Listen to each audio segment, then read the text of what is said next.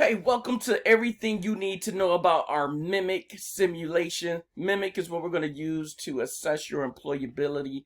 Remember, your employability is based on your value. There's two things that we value in this class. One, it's being a good student, that is having time management, organization skills, turning your work in on time, being engaging, being respectful to your peers, as well as having a little bit of understanding of money management, and to help you for the rest of your life be able to deal with money management. Mimic will mimic real life and simulate you being an adult. So I hope you have fun with it, but more importantly, I hope you learn a few things. So I want to show you the beginnings. So first, I'm going to show you how to log in. After you learn how to log in, we're going to go through the first couple of screens. The first screen, you have to create some budgets. After you make your budgets, you have money management, where you have to pay some bills. After you pay some bills, then it's on you. You get to buy a house, buy a car, pay for some insurance. And with the money you have left over, every week you have to buy a grade. And when you buy your grade, well, that's the grade you'll get for employability. Sure, other things happen, like life happens.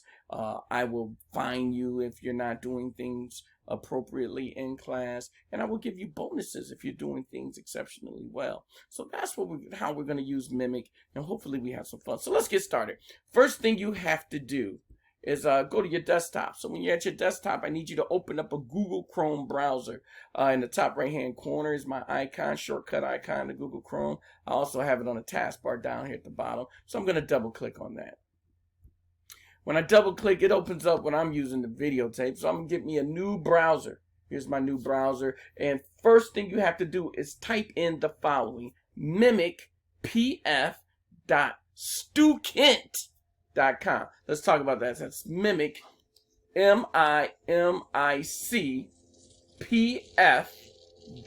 STUKENT.com. That's mimicpf.stukent.com. It's not student, it's with the K. It's Stukent. Let's hit enter, see if we get to the website.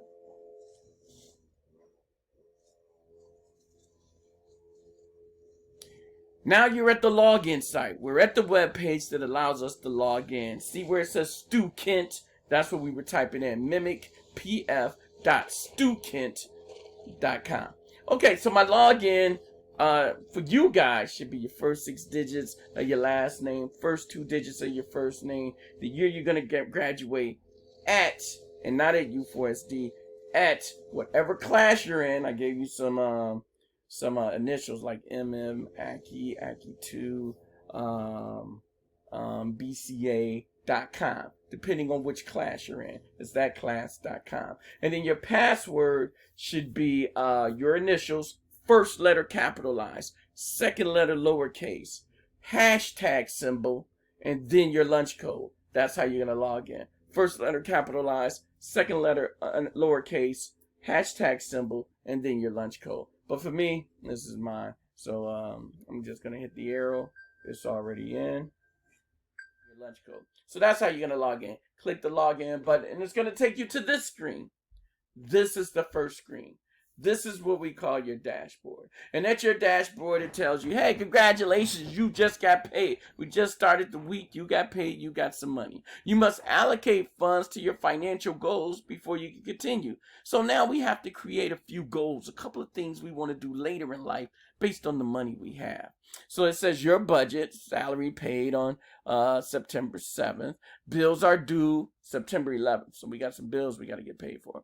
Paycheck. We make $5,416 a week. It says monthly, but remember, in the simulation in Mimic, every week is like a month in real life. So every month they give us $5,000. For us, that's every week.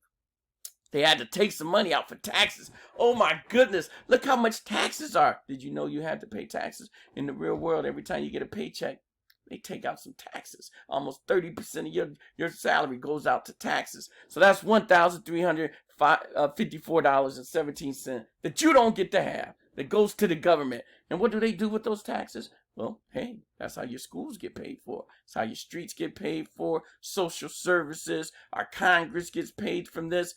A lot of this money ends up going to corporate entities to help them with bailouts. But that's a whole nother subject. I'm not going to get into it.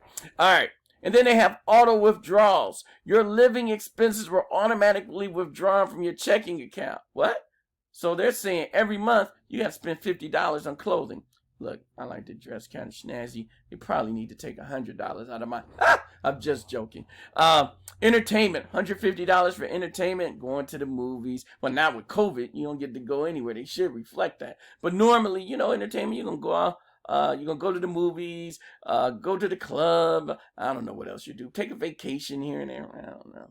So $150. Food, $250. You got to buy groceries. You're going to go to the restaurant. You got to have your lunches. You know, so there's $250 there. And then there's some personal expenses. It's some miscellaneous. Maybe some toiletries. Maybe something comes up. Your stove broke. You got to pay for your stove. Who knows? But that's the miscellaneous. So $550 every month goes out the window for those things. So now I have $3,512.50 to do as I wish. But I got some debt I need to pay. Because I'm getting paid $65,000 means I probably went to college. And since I went to college, they're saying I have student loans. So I got to pay some student loans back, $212. Then they say I have some fixed bills. Fixed bills, man, if I got a house, I'm sure I got to pay electricity. I got to pay for my water. I got to pay for my heating and air conditioning. So those are my fixed bills. And then I got some variable bills. That heating and air conditioning is probably a variable bill. I take that back because it changes. Even my electricity might change. But there's some variable bills that just come up out of the blue. Maybe I need some pest control. I got to take care of the pets.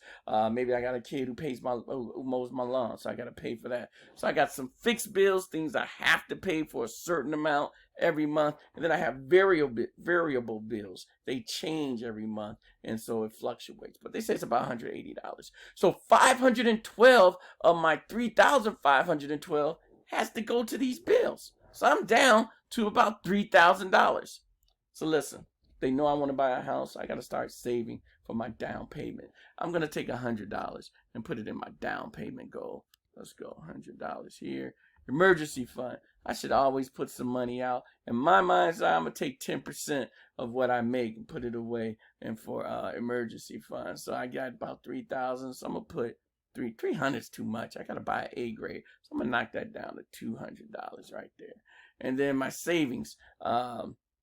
I got to save some money. You never know when something's going to come up. 10% needs to be in my savings for sure. So I'm going to go 300 right there. So that's that budget. It says, accept financial goal budget transfer funds. I feel good about this. I've never done this before. I don't know. Maybe next week I change it because I can change these. But right now, that's how much money I'm putting away. So let's go. Click on this button. It says, are you ready to accept the budget and transfer allocated funds to savings accounts? Yeah, I'm cool with that. Let's send that money to those savings accounts. All 3 funds transferred, processed successfully. We're off to our next page. So now we're at the dashboard. That was just our budget page. So now we're at the dashboard. The dashboard tells me my budget equation. It goes over all that information I just took care of. Hey, how did my money get lower? I thought I was at $3,000. Now they have me at $2,912. Man, they've changed some things on me already. That's really disappointing. And then I go look at my checking account. I got $9,000 in my checking account, $600 in my savings account. I got a credit card that I can use anytime I want for $3,000. And then I got some stock at $60. My assets, things I own that have value, they're at $10,600. My liabilities, that's how much money I owe to whoever, credit card companies, school, for my car, for my house. I owe $35,000. Wait, they don't even have my car or my house because there's the mortgage at $0 and auto loan. So I need to go buy those things. I do have a $35,000 student loan. Fortunately, they don't want all that money back at one time. I could pay it off in increments. But my net worth is negative at $24,000. I need to improve that net worth and get that positive. Okay, so I go down and I look at my credit monitoring. I got a credit score of 300. That's horrible. That's as bad as it can get. The best score you can have is 812 or 820. I need to raise that credit score. Okay, and that's by academics, attendance, debt income ratio, payment history, and revolving credit. If I prove those things, I can raise my credit score. So academics, I just need to do well in class. Easy. Attendance, I just need to come to class on time and not be tardy. Easy. Debt to income ratio. That's how much money I owe compared to how much money I make. Right now, I only owe $35,000. I need to start getting that paid off. That's going to increase my credit score. Payment history. I need to make all my payments. It says I'm behind on 8. That means I got 8 bills I need to pay for. I'm going to go over to my bill paying screen, pay these bills. Let's see here, pay bills. I can click here, and it's going to take me to the pay bill screen. Consecutive payment performance. All right. Payment performance 58%. I'm not doing too well. It's time to start. It's like they started me a week ago and said I missed some bills. That's what I get for not paying attention. Remember, this game goes on continuously. It never stops. Even when we don't have school, it's going on. Okay, so let's take a look at my bills. Here to go to bills over here. Credit card bill. I don't have anything in my credit card. Fixed bills. Cable and internet. Yeah. $120, currently due $120, past due $310. They saying I haven't been paying for a while, so I got to pay current bill. I need to pay total due. I got some money in my pocket. I'm paying that whole bill off. Now listen, you won't go to this screen. That's my computer. It has a virus. But since I put pay total bill, it's paid. I'm done with that. Variable bills, man, $295 here. I need to pay all that. Natural gas, I need to pay all that. Water and sewer, pay all that. So those are those variable bills, things that change month to month. How much electricity am I going to use this month? I don't know. How much gas does my house use? I don't know. How much water and sewage and garbage do I have to pay for? There it is. Pay to all those. No one-time bills. I'm done with my bills. Good. I look at my stock options. I ain't got time to be buying stock. I go and take care of my car and my house. Student loans. I got a student loan, $35,000. Has a principal, $212 per month for 240 months. Let's pay that principal. It says you are not allowed to make principal payments until your loan is current. Oh, because I had missed so many days, I got to make my loan current. So let me just pay the total due. They're saying, hey man, you have 212 months you were supposed to pay. I owe 212 this month. I haven't paid $494. I'm 3 months behind. I got to pay all that money. So let's pay the total. Get that done. Paid. That's why my credit score was so low. I have been playing this game for 3 weeks and didn't even know it. I'm so far behind. I owe so much money. My credit score is in the dump. But I can fix it. I can turn it around. Just with some keen financial management. All right. So I took care of my bills. I feel pretty good about that. Good. What's next? So that was my balance sheet. I could go over here to my tabs. I want you to know about these tabs. It's another way for you to navigate through the screen. So if I go to money management, took care of my banking. Let's check out my banking. There's my checking account. I got $8,000 because I hadn't been paying any bills. I've been stacking cheese. I got all kind of money here, but I got things to pay. There are my financial goals. They look pretty good.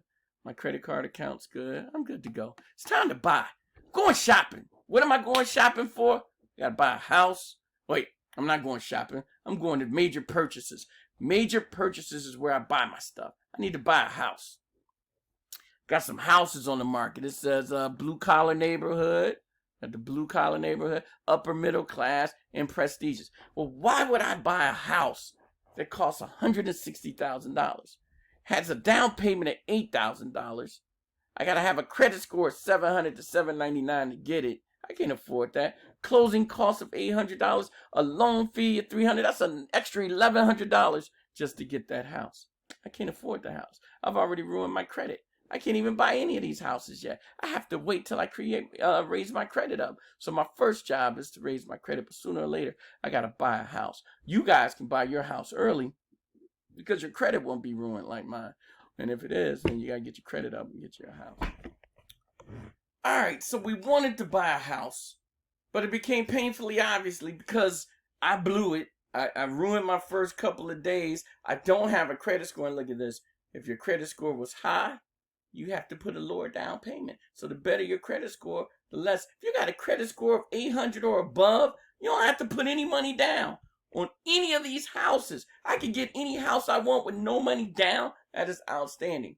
But my credit score is so bad that they won't even sell me a house. So what do you do when you have a credit score that's so bad they won't sell you a house?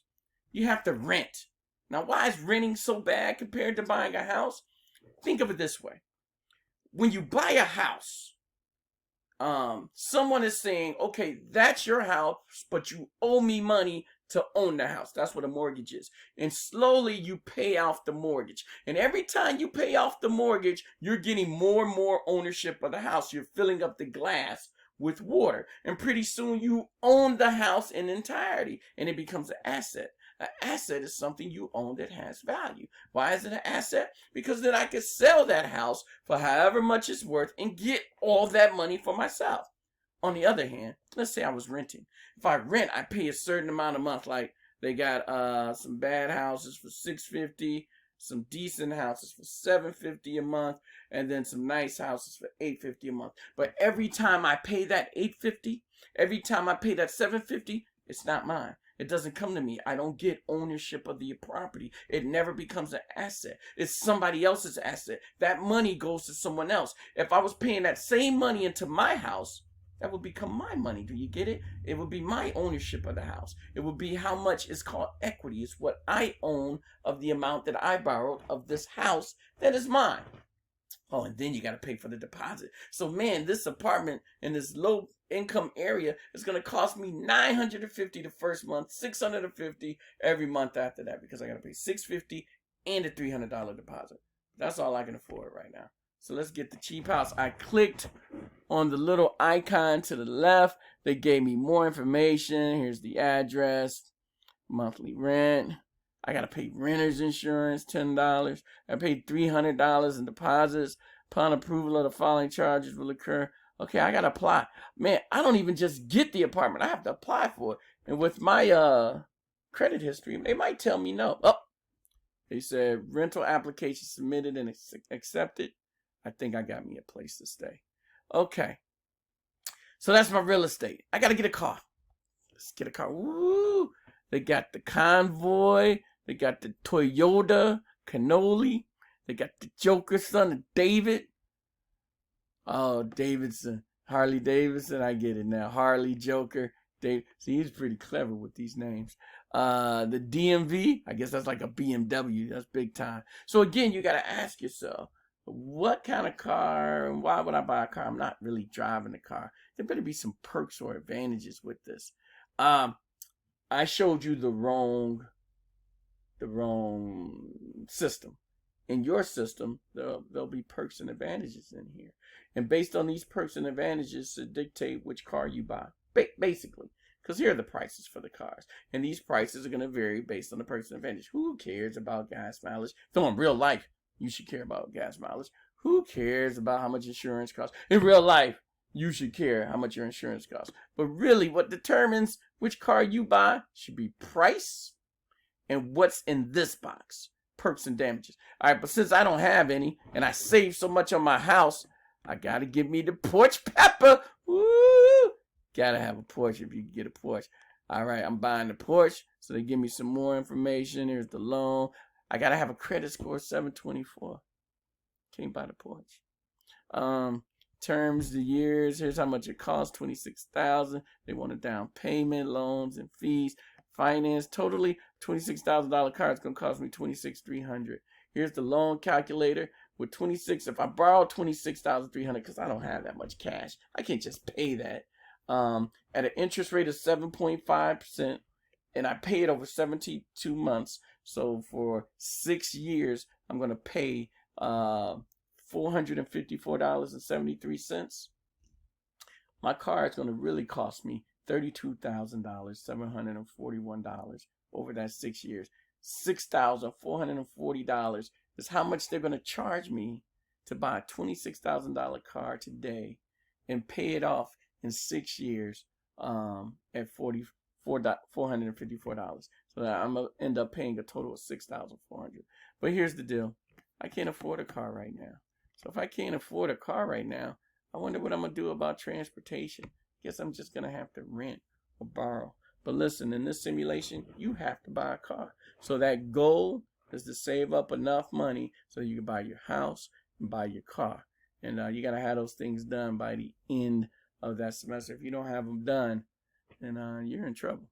Okay. And then there's healthcare. So there's two things you need to know about healthcare. There's these things called deductibles. Deductibles are how much do I have to pay before my health care kicks in. That's the deductible. So it says the amount of money required for policyholders to pay out of pocket before the insurance company is required to pay their co-insurance percentage. So before the insurance ever pays its part, you have to pay your part. That's called a deductible. And then there's the premium. The premium is the monthly cost to policyholders to have insurance policy. So premium is what you pay every month just to have insurance. So every month out of your paycheck, they're going to take some money so you have insurance. Okay. And then co-insurance. That's the percentage ratio defining how much the insurance company will pay. You want the insurance company to pay most of it. If you're going to the hospital, it's usually over a bad thing, and hospital bills can get real expensive. It's the quickest way most people go bankrupt, is having to go to the hospital. Then they can't go to work. They got this big bill, so you really need insurance. So let's look at the insurance. There's the Gold Medical Plan. No deductible. You don't have to pay anything. Your insurance kicks in immediately. That's pretty good. Monthly premium of $600. Of course it kicks in immediately. You're paying $600 every month. And then the co-insurance is 90-10. That means the insurance company's paying 90% of your bill and you're only paying 10%. That's pretty good. Then there's the silver. Silver has a $750 deductible. So before the insurance company pays anything, you got to pay $750. You're paying $400 a month. So, 3 months, you get that $200 cush to pay off that deductible. And then the core insurance, though, is 80-20. So you're going to be responsible for 20% of your bill. And the insurance company is going to be responsible for 80%. And then there's the bronze deductible. You got to pay $2,500 before anything happens. But your monthly premium is only $200. So if nothing happens, you're only paying $200 a month for the year, $2,400. Where the gold people are paying $600 a month. That's $7,200. It's $2,472. What's that? $4,800 savings. That's your deductible right there. But how many times you going to the doctor? How many times? What if life happens and something goes wrong? That's how you can end up getting broke without life insurance. So when in doubt, take care of your health insurance. Silver maybe, gold if you can afford it, bronze if you're in trouble. I'm going gold since I can't buy a house, can't buy a car. It says this premium will be taken out of your paycheck each pay period.